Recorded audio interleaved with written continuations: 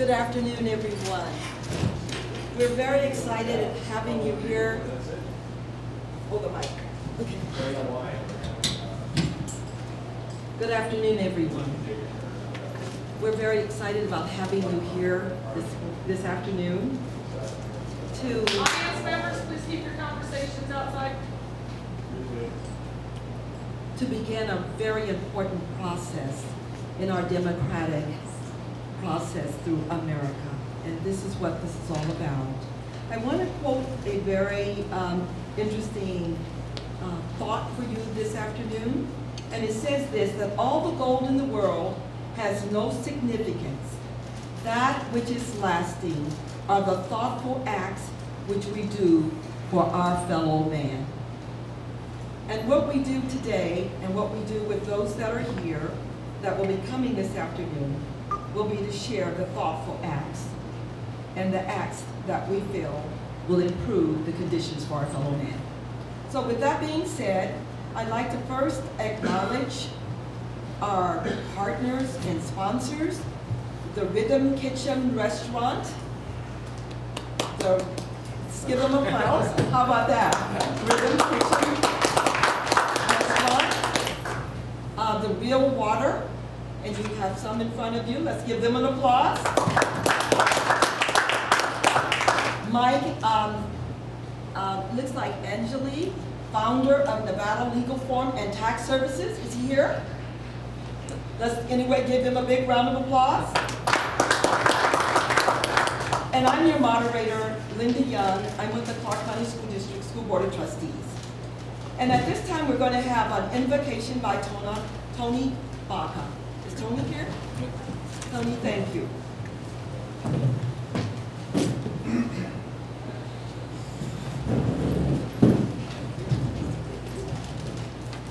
Bow our head.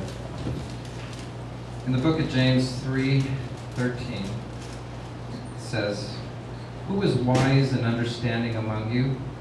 Let him show it by his good life, by deeds done in humility that comes from wisdom.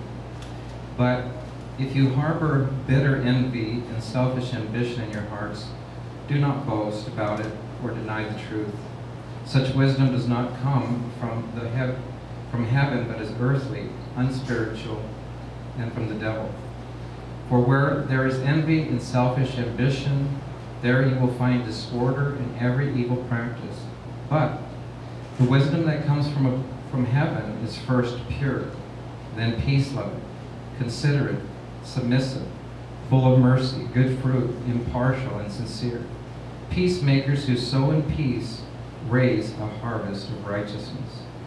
So Lord, today we just gather before you, and I am thankful, as we all are, that we live in a country, that we can openly pray to you, acknowledge that you exist, and worship you in our actions today. Lord, let there be light. And you said, "I am the light of the world." And we pray that your light would come to just come out today, Lord Jesus, in the conversations that will exist. We pray that we would ask the right questions that would bring to light the important issues that we face today. And Lord, no matter what, we just pray that you would bless this day and bless those that have come to participate. Help the people that have come to answer the questions that are asked in wisdom and according to your word. And we just thank you in Jesus' name. Amen. Thank you very much, Mr. Baca, for those wonderful words of wisdom and inspiration. And at this time, while you still remain standing, we would like to recite our pledge. And I believe there we go, our flag is over there. If you will just follow along. I pledge allegiance to the flag of the United States of America, and to the republic for which it stands, one nation, under God, indivisible, with liberty and justice for all. Thank you, and you may be seated right now. At this time, we'd like to introduce our panel members, and if you'd like to just kind of raise your hand as we call your name. And first of all, I want to thank you so very much for taking time on your busy schedule this afternoon to participate in this very important process. We'll start first with Karen Stillman. There's Karen, and she's the VPI, Auxiliary Director. And Alicia Green, PR Marching Dimes. There we go. Thank you, Alicia. Michael Broadway, Realtor. Thank you, Michael. William Fox, U.S. Army. There we go. Thank you, William. Tom Blanchard, President of Veterans Real Estate. Thank you, Tom. Gregory Hughes, U.S. Air Force. Thank you, Gregory. Rhonda Gibson, civilian activist. Is she here? She's not here. She's not here right now. Thank you, but we sure appreciate her anyway. Tony Baca, those wonderful words. He's our mortgage industry professional. Thank you very much again, Tony. We appreciate your comments, of course. And Judge George Assad, former municipal court judge and deputy judge. With that being said, we'd like to now kind of move forward into our program, and again, our acknowledgement for you for taking the time, and also the candidates that will be appearing before us. This now will be the interviews for the race of Nevada State and Clark County, a variety of various candidates and races. I want to go over the guidelines just very briefly, and if there are any questions as we go through this process, we're certainly open to any questions that if we need to clarify any of our statements at this point. First of all, these are our guidelines. We will be adhering to a very strict schedule, and there will be no exceptions to that. This is an interview and not a debate, so no redirect questions. Just we're putting the questions and not trying to redirect those. Candidates are allowed 1.5 minutes for their introductions, and I do have my trustee iPhone timer, so I will be adhering to that.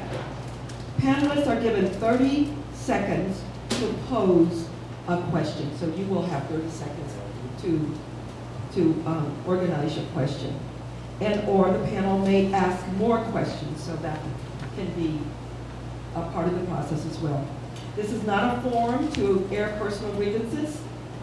There will be complex questions that require too lengthy of an answer will be disqualified. So we want to keep it fairly succinct and certainly clear, but short and sweet. Panelists will pose their questions to one candidate or all candidates only if a yes or no answer can be given. So if you do have a question that can go to all of the candidates, if it's a yes or no, we will allow that. So at this time, would there be any comments or questions? Just start from the end of the table and go around to the panelists. Okay, all right. Please. If they have any questions, is that right? Yeah. Okay. Judge, do you have any questions? No. Okay. And Tom, you have a question? Okay, Tony? Yes, sir. Okay. This question is to Mr. No, Brook. she means about the Oh, it's about the rules. I'm sorry. Any- Testing up pretty quick. Just testing everybody, you know. Okay, and is it Alicia, any questions? Are you okay? Mr. Fox? Mr. Broadway? Any Good. questions? No, ma'am. Okay, and Mr. Hughes? No, no question. And let's see, do I have the others here? Mr. Hayes? Yes, ma'am. Any questions? No, ma'am. And what's my other? Like, Do you have any? I have. Okay, so we're all set to go then. We're pretty much organized and structured, and we are going to follow pretty much and adhere to that. At 11:30, we start our Regent State University District 2. And so that would be Robert Blakely and Trevor Hayes. We got you both up there. Okay. All right, we will start with our process right now. So we will start, I guess we could just start around the table. Is that the best way to do that? Yeah, Or we just- start or we around. let you, we give you the minute and a half to introduce yourself. How's that? And what we start, Want to start with me? okay. All right. Well, my name is Robert Blakely. I'm the current Regent from District 2. I've served for 5 years. I've lived in Las Vegas for 30 years. I came here to work at the Nevada test site in the nuclear and it's in the nuclear business here when we were doing the nuclear testing. I worked for RICO in those days.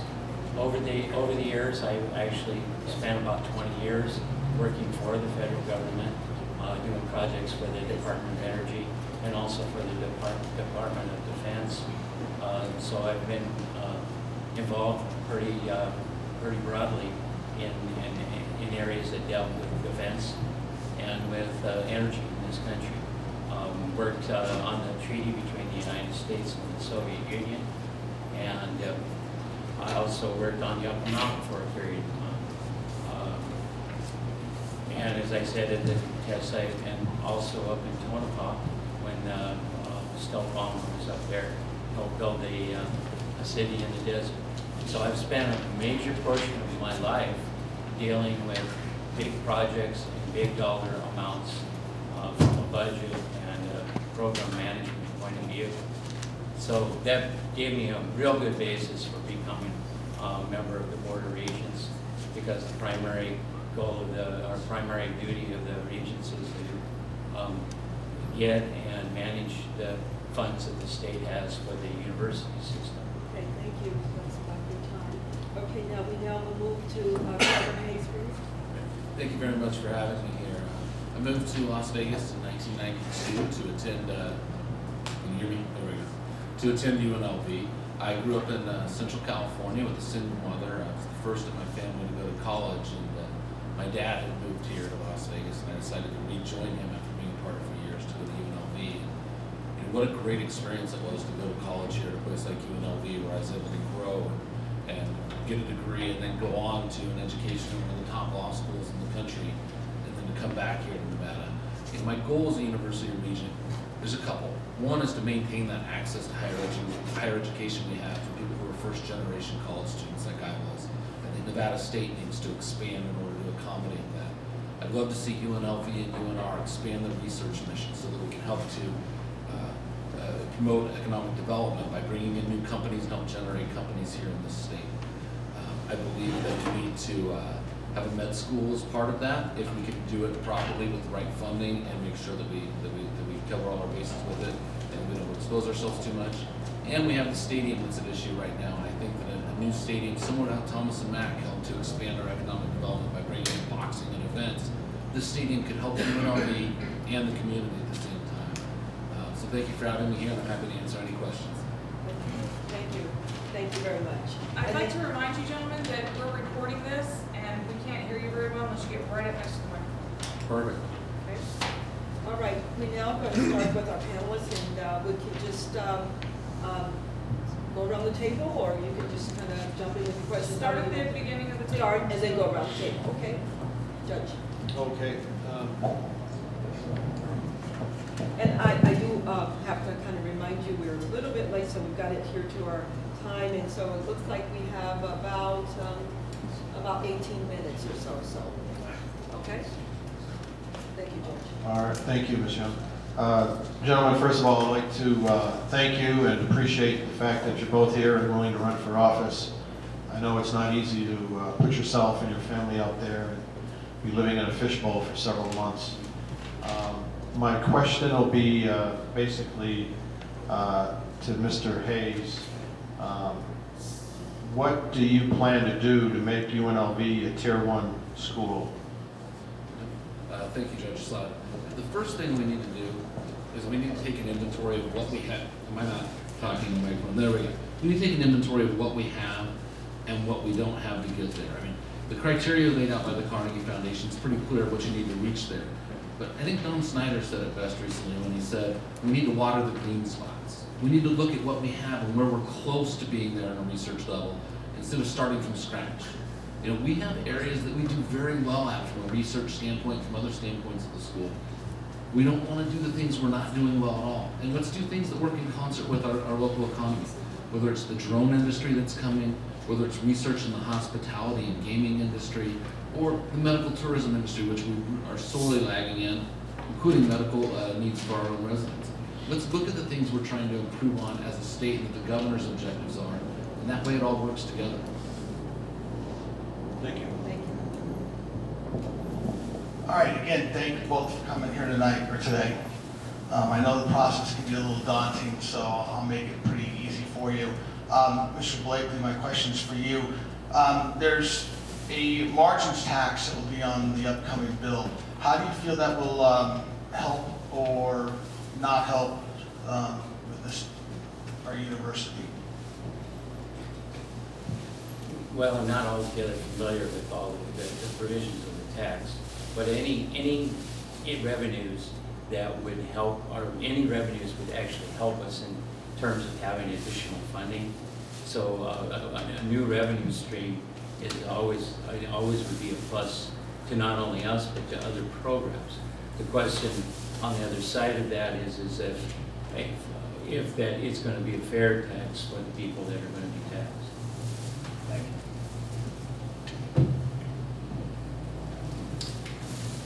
Thank you, gentlemen, for being here today. Appreciate it. My question is for Mr. Blakely. Do you, and this is a hot topic, I would consider most people do. Do you support the policies that will grant in-state tuition to illegal aliens? If you are, why? If you aren't, why not? Well, of course, I'd like to educate all the people. I'm not as big a fan as others may be of educating people who aren't aren't citizens. But the concept of actually educating all of the populace makes the country more productive. So to a point, as far as a theoretical, I don't think it's a bad thing, but I would like to see us be more concerned with people that are from here. So you're for it or not? I haven't really. I don't think on a philosophical level and on an idealistic viewpoint, I would be for it. But in practice, I don't think that it'll be well done. I think it would be better to spend those resources on American citizens.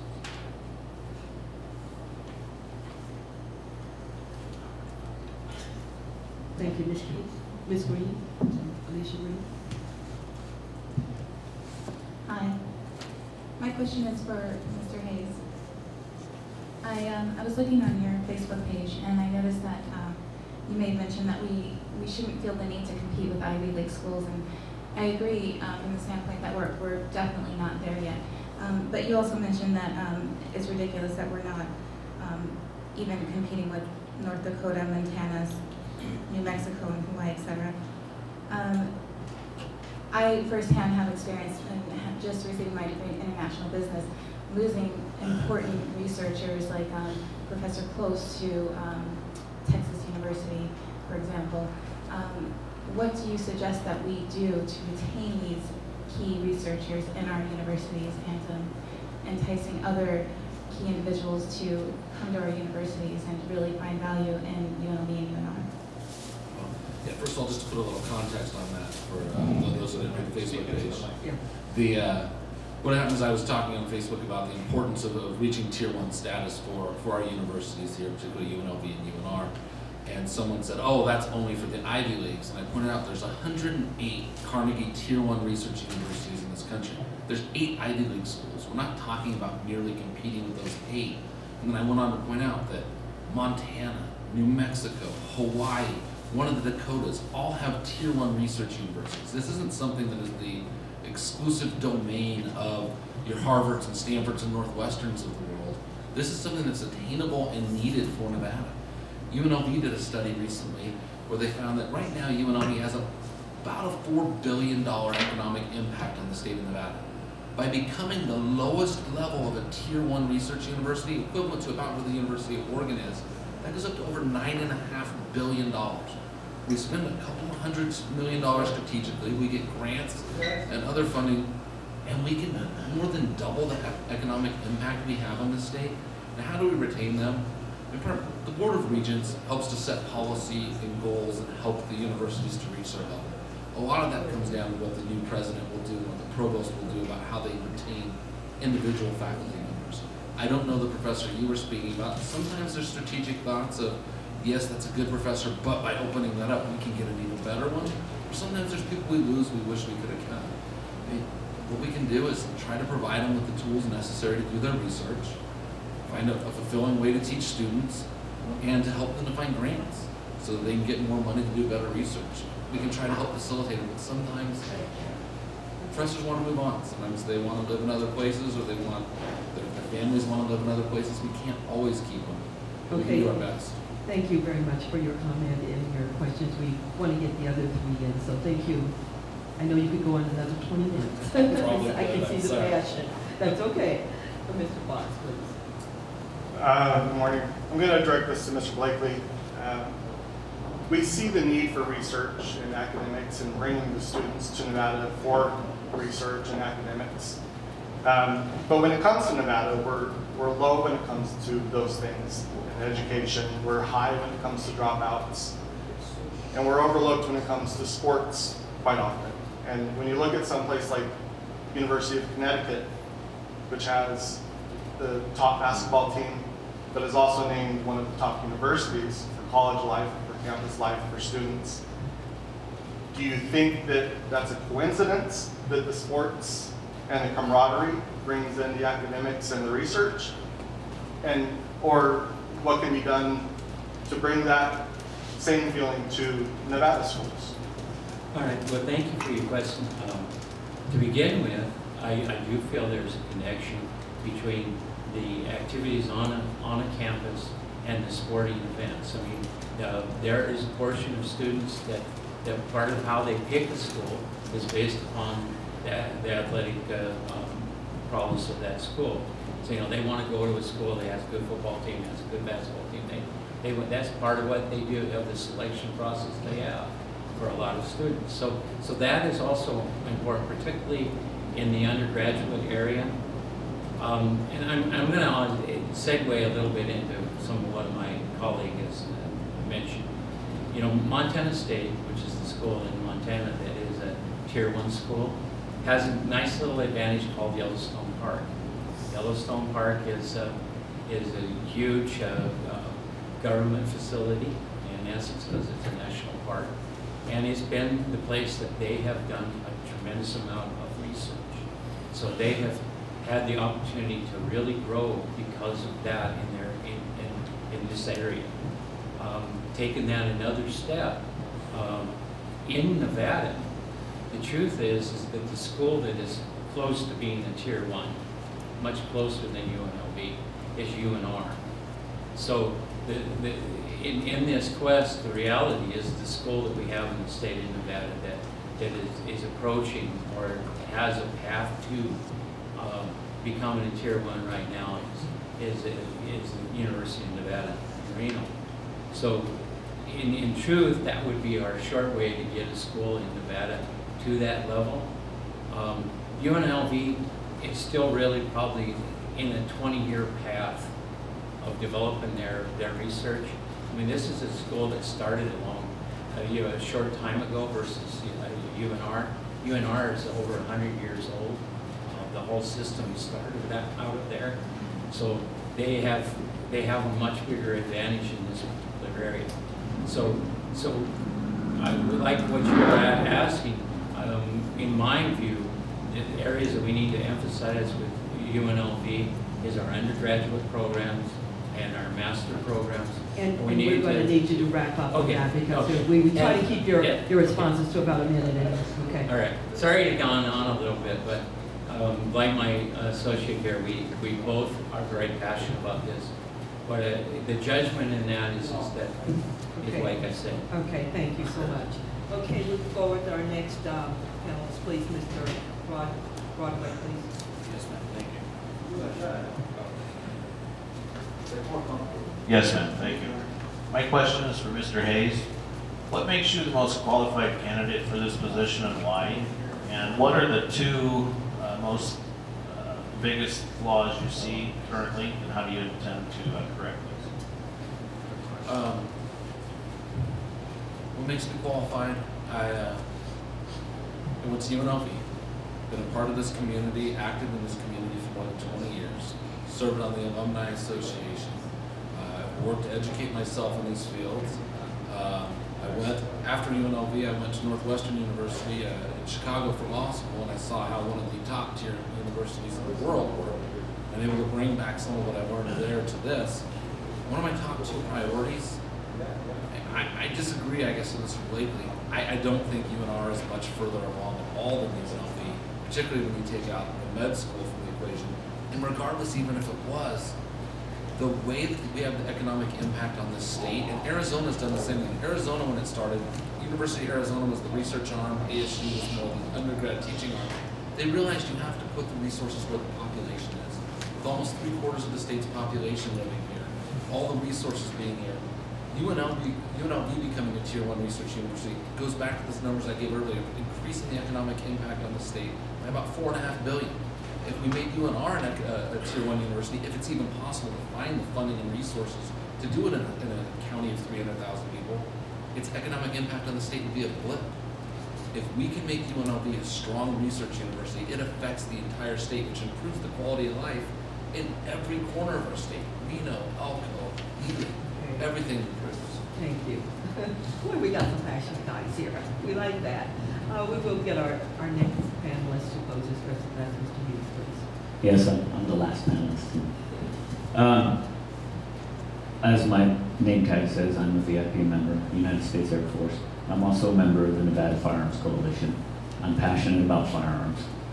So my question is, Nevada Revised Statute 396.110, the rules of the board, says, number 2 says, the Board of Regents shall prescribe rules for the granting of permission to carry or possess a weapon pursuant to NRS 202.265.